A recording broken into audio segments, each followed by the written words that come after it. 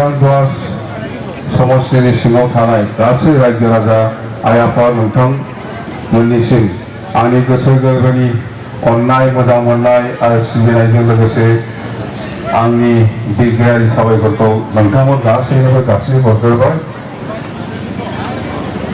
सुंद'यैबाबो आङो फंनैसोल' खोथा राजबंशीर कारणे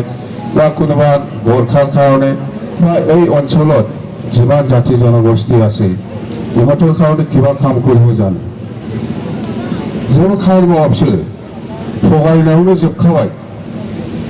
खालि थगायनो रोंगौ मिसा কথাखौबो জানে ইহঁতৰ। আজি আমি মাটিৰ পাট্টা দিব ওলাইছে আমি আজি মাটিৰ পাট্টা দিব ওলাইছে যোৱা 5 অক্টোবৰত অসমত বিভিন্ন জায়গাত হাজার হাজার বিঘার মাটি পাট্টা দিছে অসম চৰকাৰে হাজার হাজার বিঘাৰ এনেকুৱা ধৰণৰ মাটিটো বিটিসি অঞ্চলতো আছে। थांनाय 5 तारिख अक्ट'बराव बिटिसिनि बाहेरायाव आसाम सरकारा हाजार हाजार बिघा हानि पाट्टा होदों। बे एखे रोखोमनि हाया बिटिसियावबो दङ। बेखौनो जोङो हानि पाट्टा होगोन होननानै जोङो फोसावगासिनो दङ। 5 अक्ट'बराव बिटिसि बाहेराव অসমত যি ধৰণৰ মাটিটো অসম চৰকাৰে হাজাৰ হাজাৰ বিঘা সকলোকে মাটিৰ পাট্টা দিছে একে ধৰণৰ মাটিটো আমাৰ বিটিচিটো আছে। এইটোকে আমি মাটিৰ পাট্টা দিম বুলি প্ৰচাৰ চলাই আছে। কিন্তু এই বিটিআৰ চুক্তিত কি লিখা আছে এইটোকে উচ্ছেদ কৰিব লাগে ইভিকশ্যন কৰিব লাগে বুলি লিখি পেলাই আনিছে প্ৰমোদ বড়ো। তো আপনি মানুহক উচ্ছেদ বা ইভিকশ্যনহে কৰিব বিচাৰিছে তো আপনি যে ইমান আজিৰ দিনত অসম চৰকাৰো পাৰা নাই আজিৰ দিনত দিল্লী চৰকাৰো পাৰা নাই স্কিম ঘোষণা ফ্ৰী দিয়া প্ৰমোদ বড়ো যে ঘোষণা কৰি আছে এইটো মিনিং ক'ত থাকিল তাৰমানে এনেকুৱা बेबायदि नङा बिसोरनि चुक्तियाव आंथ' नङा जोंनि सरकारा जाय हाखौ पाट्टा होनो नागिरदों बे एखे धरननि हाखौ आसामाव होखांबाय किन्तु बे हाखौनो प्रमोद बर'आ बा आबसुआ इभिकसन खालामनांगौ होननानै चुक्तियाव लिरनानै लाबोदों क्लियार खालामनांगौ होननानै। बेवहाय बर'खौ बाद होनानै जुदाखौ होननाय गैया बर'फोरखौ होखारा जुदाफोरखौ होखारगोन होननाय गैया। एसे हल बर'आबो खारनांगोन आदिबासियाबो खारनांगोन सोरबा नेपालियाबो खारनांगोन गासिबो खारनांगोन। बे चुक्तियाव बर'खौ होखारा जुदा जातिखौ होखारगोन होननानै लिरनाय गैया। होखारगोना बै आसामाव जे केटागरिखौ लानानै जि सिस्टेमखौ लानानै जि धरনৰ মাটিটো অসমত পাট্টা দিছে এনেকুৱা একে ৰকম মাটিটো আমাৰ বিটিচিটো আছে এইটোকে আমি মাটিৰ পাট্টা দিম বুলি কৈ আছে। কিন্তু ইহঁতে ইয়াৰ পৰা উচ্ছেদ কৰিব লাগে বুলি কৈছে এই চুক্তিত। मोजाङै खोनादोंना बे चुक्तियाव बर' एबा ट्राइबेलखौ बाद होनानै जुदा जातिखौ होखागोन होननाय गैया। এই চুক্তিত बर' বা ट्राइबेलক बाद দি পেলাই অন্যান্য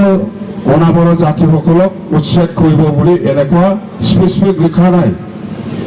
এছে হল বড়ো যাব লাগিব আদিবাসী যাব লাগিব এনেকুৱা ধৰণৰ মাটিৰ পৰা গাৰো যাব লাগিব সান্থালো যাব লাগিব ৰাজবংশীও যাব লাগিব গোৰ্খাও যাব লাগিব এই চুক্তিত লিখাটো। তো এনেকুৱা ইভিকশ্যন কৰিব খোৱা এই চুক্তিত আছে। তো নিজে আজি কৈ আছে ইমান এনেকুৱা কৰিম এনেকুৱা কাম কৰিম এইটো ক'ত থাকিল ক'ত কৰিব আপুনি মানুহকে উচ্ছেদহে কৰিব বিচাৰিছে होखारनोसो नागिरदों जों जाय हाखौ पाट्टा होनानै मानसिफोरखौ पारमानेन्ट खालामनो नागिरदों बेनिफ्राय बे होखारनायसो। आंबा बर' जाथिनि सोर आदिबासिनि सोर नेपालिनि सोर राजबंशीनि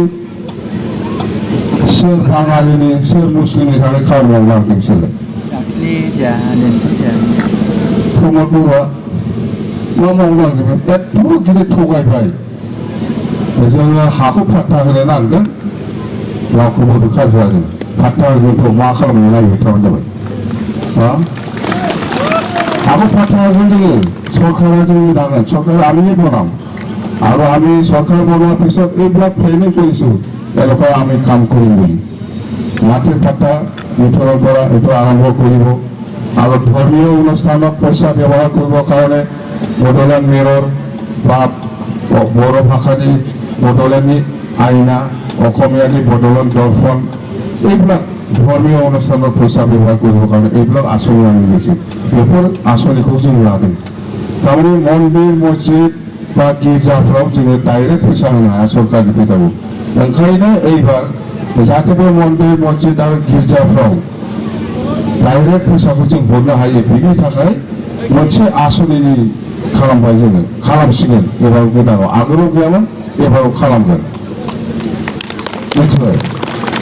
डाइरेक्ट मन्दिर बाथौ मन्दिर हक ब्रह्म मन्दिर हक गिर्जा हक मस्जिद हक बेफोर डाइरेक्ट फैसा हाबनाय डाइरेक्ट फैसा मोनगोन आगोलफ्राव बेबायदि सिस्टेम जोङो बिटिसिआव बानायाखैमोन एबाराव बानायबाय एबाराव जों बानायगोन गोदान सरकार मोननाय लोगो जोंना रावखौबो होखानाय गैया गासिबो बिटिसिखा ना बबेबा बाहेरानि मानसि दङ फैलाय जोंना जाहैबाय আমার তো 2003 সনত 10 ফেব্রুয়ারি লিখে এই অঞ্চলত যিমান মানুহ আছে সবে বিটিচিৰ বাসিন্দা এইটোকে বেছ কৰি পেলাই আমি মাটিৰ ফাট্টা দিম বুলি কোৱাটো বেটি মাটিৰ ফাট্টা নথকাৰ কাৰণে বহুত মানুহে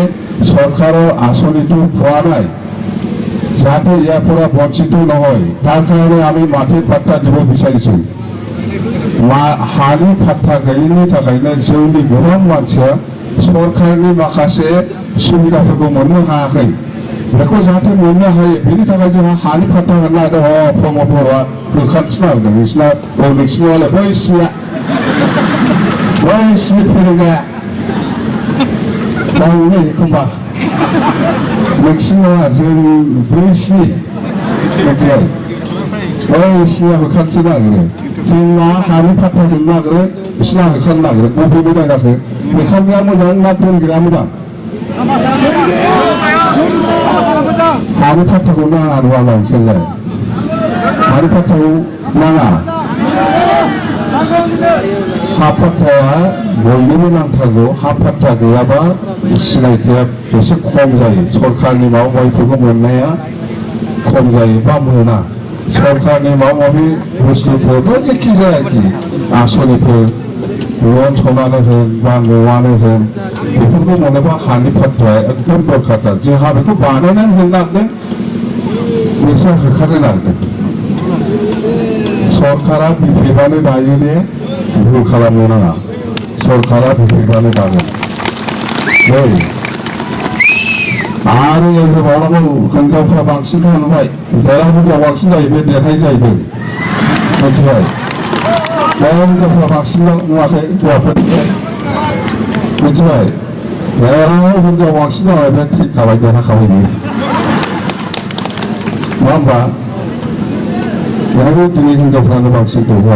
हौवाफ्रा जेबो नङा हिनजावफ्रा थिग थाबानो आरामसे थांफाखायो नङा होमबा आसलथे हिनजावफ्रासो नालाय हौवाफ्रा जाहोनाय नाम थायो खिन्थु हिनजावफ्रासो जाहोयो फिसाइखौ आंथ' जा नुबाय नङा हिनजावफ्रासो आसो दा जों ओंखायनो महिलाफोरनो हिनजावफोरनो माखासे आसनि जोङो बिटिसिआव सबसमाय लाबाय थायो आरो एबारबो लागोन मिथिबाय हिनजावा जा बुङो हौवाफ्रा बिजों थांफाखायो जों मिथिखागौ बारनो हाया बियो बारबाथाय माखौबा जादो हौवाया नङा होमबा जायखिजाया गोजोननाय थाबाय बे जोंहा अनजुलि बायद' दं सनदन दङ बहुद खोथा बुंगोन आङो थारमाने दिनै फुजानि दिनखाय बैयाव मुस्लिम एरियायाव मोनसे मिटिं लादों दतमाथिंजाय दे एसे एदाव नोंसोर आङो बे आसारफोरखौ मुस्लिम एरियायाव दे थांनोसै आङो मिथिबाय दे गोजोननाय थाबाय थेंक इउ